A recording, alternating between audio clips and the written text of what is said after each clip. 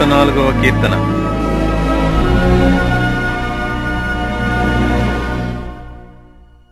నా ప్రాణమా యెహోవాను సన్నుతించుము.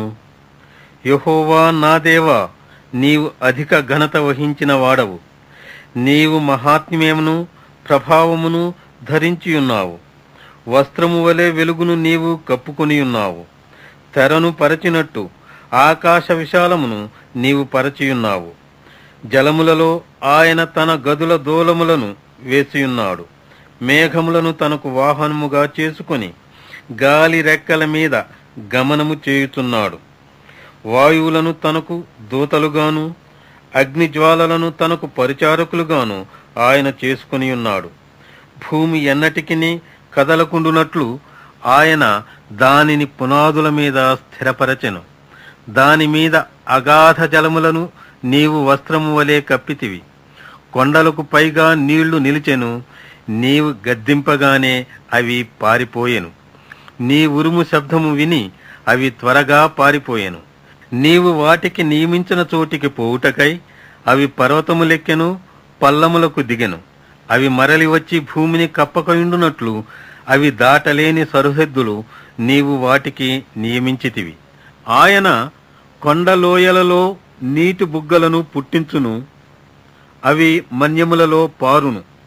అవి అడవి జంతువులన్నిటికీ దాహమిచ్చును. వాటి వలన అడవి గాడిదలు తప్పి తీర్చుకొనును. వాటి ఒడ్డున ఆకాశ పక్షులు వాసము చేయును. కొమ్మల నడుమ అవి సునాదము చేయును. తన గదులలో నుండి ఆయన కొండలకు జలధారలనిచ్చును. నీ క్రియల ఫలము చేత భూమి తృప్తి పొందుతున్నది. పశువులకు గడ్డిని, నరుల ఉపయోగమునకు కూర మొక్కలను ఆయన మొలిపించుతున్నాడు. అందుమూలమున భూమిలో నుండి ఆహారమును, నరుల హృదయమును సంతోషపెట్టు ద్రాక్షారసమును, వారి మొగములకు మెరుగునిచ్చు తైలమును, నరుల హృదయమును బలపరచు ఆహారమును ఆయన పుట్టించుచున్నాడు. యెహోవా వృక్షములు తృప్తి పొందుతున్నవి. ఆయన నాటిన లెబానోను దేవదారు వృక్షములు తృప్తి పొందుతున్నవి. అచ్చట పక్షులు తమ గూళ్లు కట్టుకొనును. అచ్చట సరళ వృక్షములపైన కొంగలు నివాసము చేయుచున్నవి. గొప్ప కొండలు కొండ మేకలకు ఉనికిపొట్లు, కుందేళ్లకు బండలు ఆశ్రయస్థానములు. ఋతువులను తెలుపుటకై ఆయన చంద్రుని నియమించెను. సూర్యునికి తన అస్తమయ కాలము తెలియను.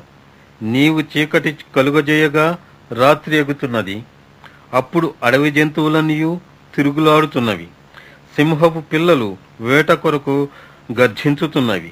తమ ఆహారమును దేవుని చేతిలో నుండి తీసుకొనదూచుతున్నవి. సూర్యుడు ఉదయింపగానే అవి మరలిపోయి తమ గుహలలో పండుకొనును. సాయంకాలము వరకు పాటుపడి తమ పనులను జరుపుకొనుటకై మనుష్యులు బయలు వెళ్ళుదురు. యెహోవా, నీ కార్యములు ఎన్నెన్ని విధములుగానున్నవి. జ్ఞానము చేత నీవు వాటన్నిటినీ నిర్మించితివి. నీవు కలుగజేసిన వాటితో భూమి నిండియున్నది.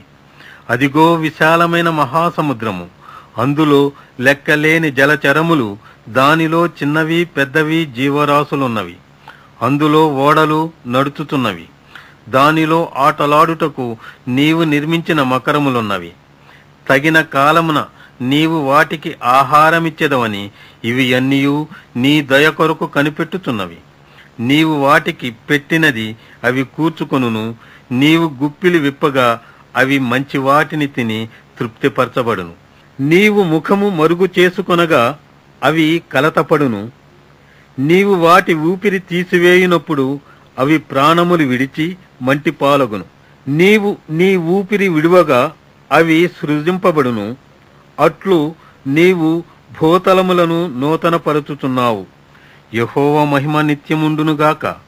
యెహోవా తన క్రియలను చూచి ఆనందించునుగాక. ఆయన భూమిని చూడగా అది వణకును. ఆయన పర్వతములను ముట్టగా అవి పొగరాజును. నా జీవితకాలమంతయు నేను యెహోవాకు కీర్తనలు పాడెదను. నేనున్నంత కాలము నా దేవుని కీర్తించెదను. ఆయనను గూర్చిన నా ధ్యానము ఆయనకు ఇంపుగా ఉండునుగాక. నేను యెహోవా యందు సంతోషించెదను. పాపులు భూమి మీద నుండి లయమగుదురుగాక. భక్తిహీనులు ఇక నుండకపోవుదురుగాక. నా ప్రాణమా యెహోవాను సన్నుతించుము, యెహోవాను స్తుతించుడి.